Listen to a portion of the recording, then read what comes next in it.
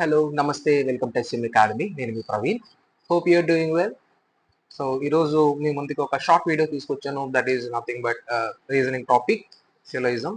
So చాలా మంది సిలోయిజమ్స్ చాలా కష్టం, దీన్ని మనం ఆన్సర్ చేయలేము, దీనికి కావాల్సిన లాజికల్ థింకింగ్ మనం అప్లై చేయలేమని చెప్పి చాలా మంది దీన్ని ఆన్సర్ చేయకుండా వదిలేస్తుంటారు. కాకపోతే మనకు దీనికి సంబంధించిన సింపుల్ ట్రిక్స్ ఉంటాయి. ఆ ట్రిక్స్ అండ్ టిప్స్ మనం తెలుసుకుంటే చాలా ఈజీగా మనం దీన్ని ఆన్సర్ చేయొచ్చు.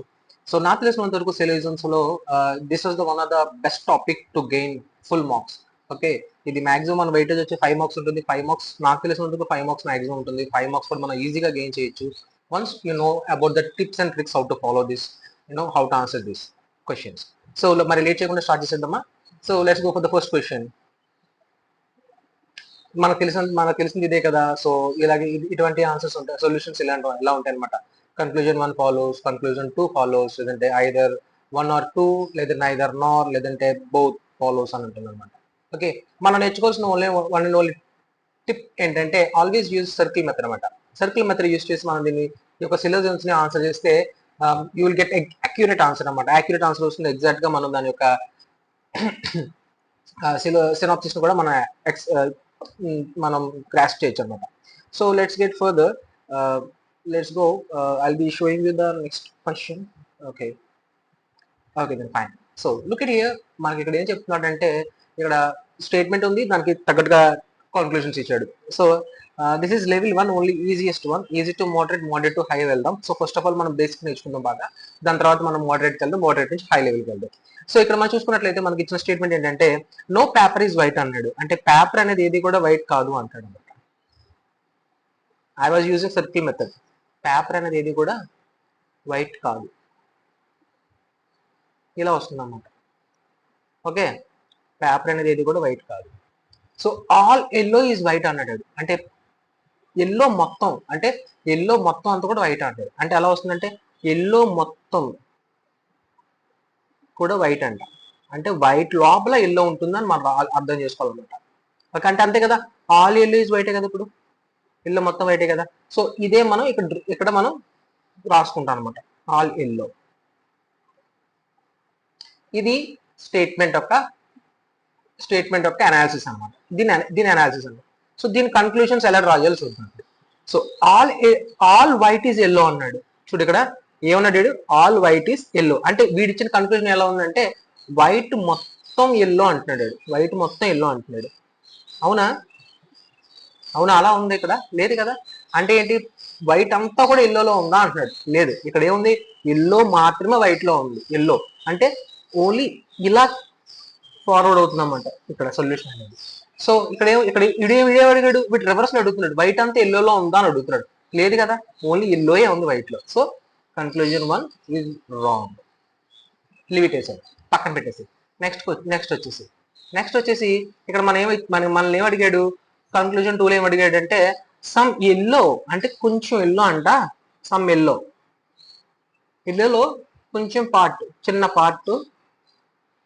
ఓకే, చిన్న పార్ట్ అనేది పేపర్ కాదు అంటున్నాడు. ఈజ్ నాట్ పేపర్ అన్నాడు. పేపర్ కాదు అంటున్నాడు సమ్ ఎల్లో. ఓకే, అలా ఉంది. ఇక్కడ మనకు వచ్చిన డ్రా చేసుకున్న స్టేట్మెంట్ ఎలా ఉంది చూడు. ఇక్కడ ఎల్లోకి పేపర్కి అయినా సంబంధం ఉందా? అసలు ఎల్లోకి వైట్కి సంబంధం లేదు. అలాంటప్పుడు ఎల్లోకి పేపర్ కి వైట్ కి సంబంధం లేదు. అలాంటప్పుడు ఎల్లోకి సంబంధం ఉంటుందా? ఉండదు కదా, అంతేనా. వైట్ కే సంబంధం లేదన్నమాట పేపర్, వైట్ లోపల ఎల్లో ఉంది. సో ఎల్లోకి రిలేషన్ ఉంటుందా? రిలేషన్ ఉండదు. సో ఇక్కడ వీడేమంటున్నాడు, some yellow is not paper అంటున్నాడు. కొంచెం ఎల్లోలో కొంత భాగం పేపర్ కాదు అంటున్నాడు. కరెక్టే కదా, పేపర్ కాదు కదా, దే ఆర్ నాట్ పేపర్ కాదు, అది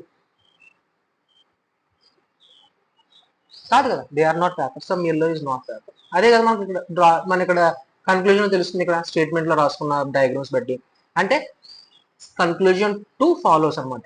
ఓన్లీ కన్క్లూజన్ 2 ఫాలోస్ దీని ఆన్సర్. ఓన్లీ కన్క్లూజన్ 2 ఫాలోస్ అనమాట. అర్థమైందా ఎలా తీసుకోవాలో? Okay, going to the next question. So first question అయిపోయింది, సెకండ్ క్వశ్చన్ ఎలా ఉందో చూద్దాం.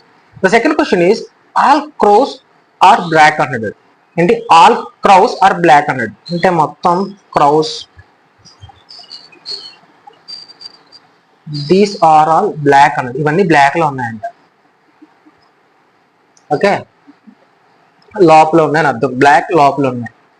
Going to the next thing, ఏమన్నాడు, ఆల్ బ్లాక్ ఆర్ డియర్ అన్నాడు. అంటే ఈ బ్లాక్ మొత్తం ఇదంతా ఇలాగా, ఇలా మొత్తం ఈ బ్లాక్ అంతా, బ్లాక్ అంతా ఏమన్నాడు, డియర్ అన్నాడు. సో ఇది స్టేట్మెంట్ ఇలా డ్రా చేసుకున్నాం మనం. సో కన్క్లూషన్స్ వద్దాం. ఆల్ డియర్ ఆర్ బ్లాక్ అన్నాడు. అంటే ఏంటంట, మొత్తం డియర్ అన్ని బ్లాక్ అంటాడు. అంటే ఎలా అంటాడు, వాడు అడిగిన క్వశ్చన్ కన్క్లూజన్ ఎలా ఉందంటే, మొత్తం డియర్స్ అన్ని బ్లాక్ అంటున్నాడు, ఇలా బ్లాక్ అంటున్నాడు. కాదు కదా, ఇలా లేదు కదా, ఇక్కడ రివర్స్ లో ఉంది కదా, ఇక్కడ రివర్స్ లో ఉంది, ఇలా వీడు అడిగింది ఎలా ఉంది. So this conclusion one does not follows. Okay, blocks అన్ని కలిపి డియర్ లో ఉన్నాయి తప్ప డియర్స్ అన్ని బ్లాక్ లో లేవు. కాబట్టి conclusion one is wrong. Coming to the conclusion two, all crows are dear అన్నాడు. ఏంటి, మొత్తం క్రోస్ అన్ని డియర్ అన్నాడు. కరెక్టే కదా. ఇప్పుడు చూడు, ఇక్కడ మొత్తం క్రోస్ అన్ని లోపలే, డియర్ లోపలే కదా ఉన్నాయి, డియర్ లోపలే కదా ఉంది, డియర్ లోపలే కదా ఉంటాయి. సో అప్పుడు ఏమవుతుంది, ఈ కన్క్లూజన్ ఫాలో అవుతుంది కదా. సో నేను ఏమంటానంటే కన్క్లూజన్ 2 ఫాలోస్ అంటాను. నాకు వచ్చిన ఆన్సర్ ఏంటంటే only conclusion 2 follows. Only conclusion 2 follows. So this is all about the short video of syllogism.